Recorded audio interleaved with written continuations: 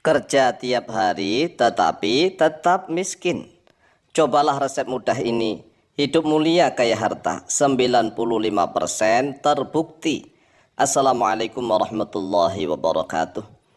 Bismillah walhamdulillah wassalatu wassalamu ala rasulillah Sayyidina wa maulana Muhammad ibn Abdillah wa ala alihi wa sahbihi wa mawalah. Wa la hawla wa la quwwata illa billah, amma ba'd. Faqad qala Allah azza wa jalla, a'udzu billahi minasyaitonir rajim. Bismillahirrahmanirrahim.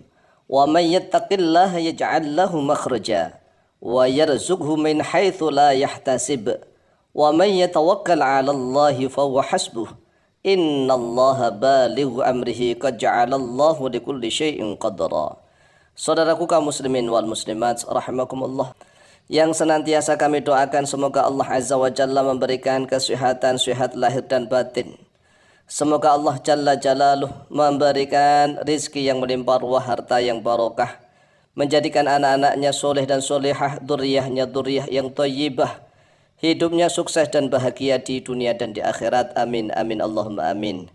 Ini adalah salah satu doa yang senantiasa kami panjatkan kepada saudara-saudara kami sesama umat Islam, sesama umatnya Nabi Muhammad SAW, agar hidupnya mulia, tidak hidup terhina, tidak hidup miskin, tetapi agar hidupnya mulia, berlimang harta kekayaan, hidup bahagia, sukses di dunia dan di akhirat.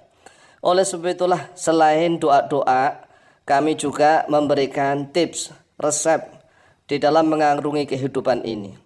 Saudaraku kaum muslimin wal muslimat rahimakumullah, ketahuilah bahwa orang Islam itu berbeda dengan orang kafir cara menjalankan kehidupan di dunia ini. Mengapa?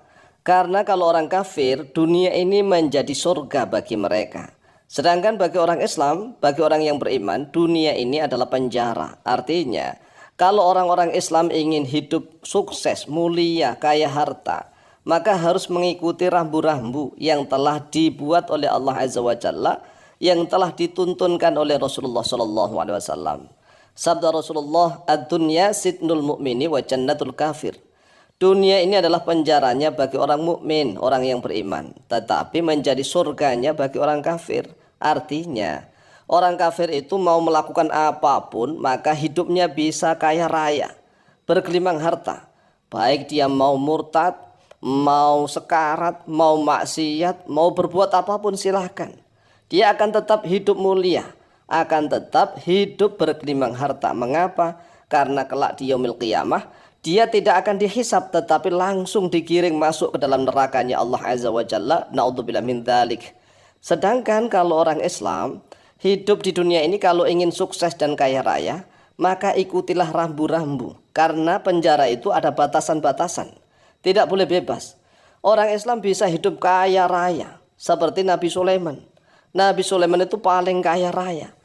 Bagaimana caranya? Ya ikutilah resep-resep yang telah Allah ajarkan, yang sudah dituntunkan oleh Rasulullah SAW. Coba renungkan di dalam surat At-Tolak ayat yang kedua dan yang ketiga.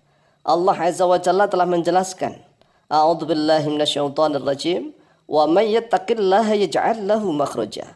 Barang siapa nih yang bertakwa kepada Allah, maka Allah akan menjadikan baginya makhrajan, jalan keluar. Jalan keluar dari segala macam kesulitan hidup. Jalan keluar dari segala macam problematika kehidupan. Jadi syaratnya harus takwa.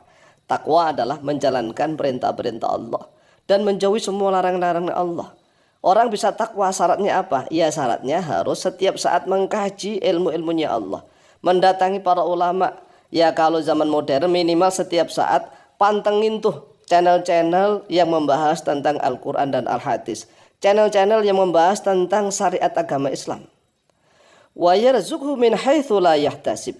Dan Allah akan memberikan rizki kepadanya min haitsu la yahtasibu, dari arah mana saja yang tidak pernah dia sangka-sangka. Coba, ini adalah manfaat fadilah orang yang bertakwa.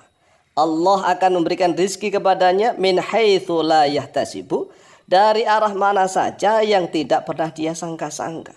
Ini adalah janji dan jaminan dari Allah. Wa may yatawakkal 'ala Allahi fa huwa hasbuh. Dan barang siapa nih yang bertawakal, pasrah, berserah diri kepada Allah, maka Allah akan mencukupi dia. Pasti itu, pasti. Innallaha balighu amrihi, karena sesungguhnya Allah akan menyampaikan urusannya.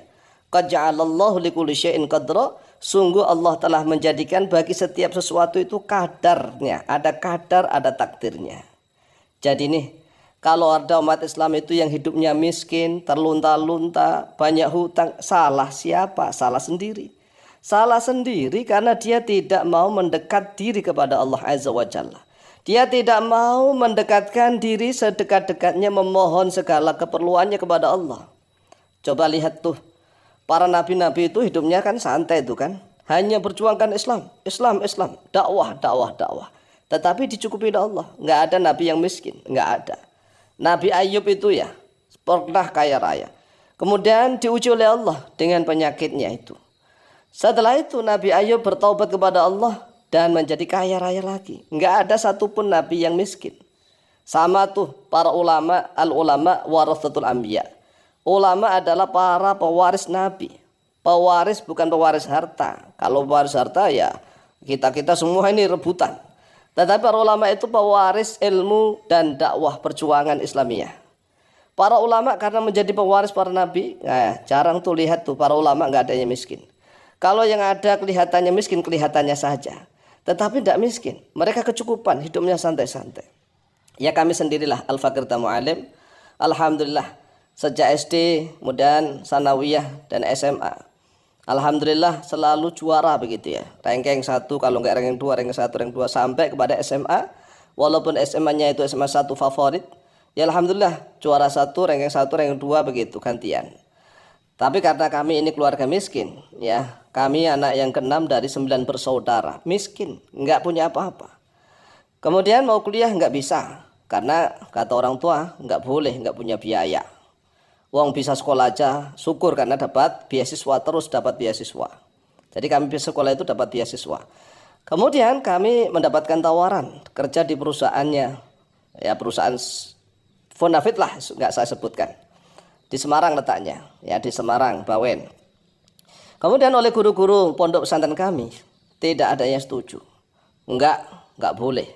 Kamu nanti akan jadi karyawan, akan jadi bawahan. Padahal saya saat masuk itu langsung ya training supervisor itu. Langsung ada jabatan untuk dinas ikatan kerja dan kuliah. Wah, lengkap fasilitas. Tapi baru 8 bulan karena guru-guru kami nggak ada yang setuju. Kamu harus belajar tawakal, harus dakwah, harus ini, harus itu. Tetapi dalam hati kami saat itu, nggak mungkin lah dakwah mendekat diri kepada Allah kalau nggak kerja mana bisa kaya. Mana bisa kaya begitu. Kita harus kerja. Itu hitungan otak kami saat itu saat masih muda. Tetapi lama-kelamaan karena kami merasa tidak enak ya kan, tidak enak kepada guru-guru di pondok pesantren. Akhirnya kami mengundurkan diri tanpa bilang begitu, tidak kerja pokoknya, nggak masuk, ngaji lagi di pondok pesantren lagi. Kemudian setelah lulus disuruh untuk tawakal, kami mendapatkan tawaran lagi menjadi PR itu pimpinan Ryan, satu perusahaan besar. Jadi ditawari lagi, ini godaan iman, bukan hanya karyawan ecek-ecek, bukan. Ini bos pokoknya, ya pimpinan Ryan itu kita mendapatkan budget proyek sekian. Tapi setelah itu kami alhamdulillah memegang proyek kabupaten nih di Kabupaten Rembang, Jawa Tengah. Kemudian oleh guru-guru kami disuruh lagi takwa tawakal, mendekatkan diri kepada Allah Azza wa Jalla. Jangan tergoda dengan itu. Ya akhirnya kami saat itu harus terpaksa nih. Merasa terpaksa, mengapa? Ya karena ilmunya tatkala itu masih terlalu dangkal. Yang dihitung itu ilmu matematika, apalagi kami saat SMA itu masuk kimia. Selalu matematis yang terhitung di dalam benak pikiran ini. Tetapi alhamdulillah kami memiliki mursyid, seorang murabi, guru-guru di pondok pesantren yang luar biasa. Sehingga kami dituntun untuk berlatih tawakal, takwa kepada Allah Azza wa Jalla. Alhamdulillah. Sampai sekarang kita itu hidupnya santai-santai. Setiap hari di rumah begitu, santai pokoknya. Tapi bisa makan kan, punya rumah, punya pesantren, ya punya mobil. Alhamdulillah. Oleh sebab itu latihlah, angkat derajat antum sekalian. Angkat derajat. Jangan sampai merasa sudah, kami sudah menjadi karyawan. Karyawan itu gajinya setiap bulannya segitu-gitu aja. Paling kalau ada tambahan bonus ya tambahan bonus itu aja. Nggak bisa melimpah ruah gitu, nggak bisa. Berbeda kalau orang itu menjadi karyawannya Allah Azza wa Jalla. Sekali lagi, jadilah karyawannya Allah Subhanahu wa Ta'ala. Pimpinannya siapa? Pimpinannya langsung Allah. Bosnya siapa? Bosnya langsung Allah. Pimpinan tertingginya Allah, bosnya langsung Allah. Ini luar biasa hasilnya. Sehingga orang itu kalau sudah menghambakan diri, mengabdikan dirinya, berjuang, berdakwah, bekerja, menjadi karyawannya Allah, maka pasti Allah akan mencukupi segala-galanya. Percayalah, karena kami sudah pernah merasakan.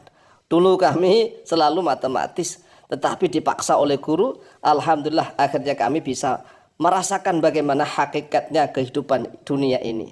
Semoga kita menjadi umat Islam yang betul-betul jaya, yang betul-betul mulia. Tidak hanya menjadi babunya karyawan-karyawan perusahaan asing. Demikian, semoga bermanfaat. Wallahu ta'ala alam.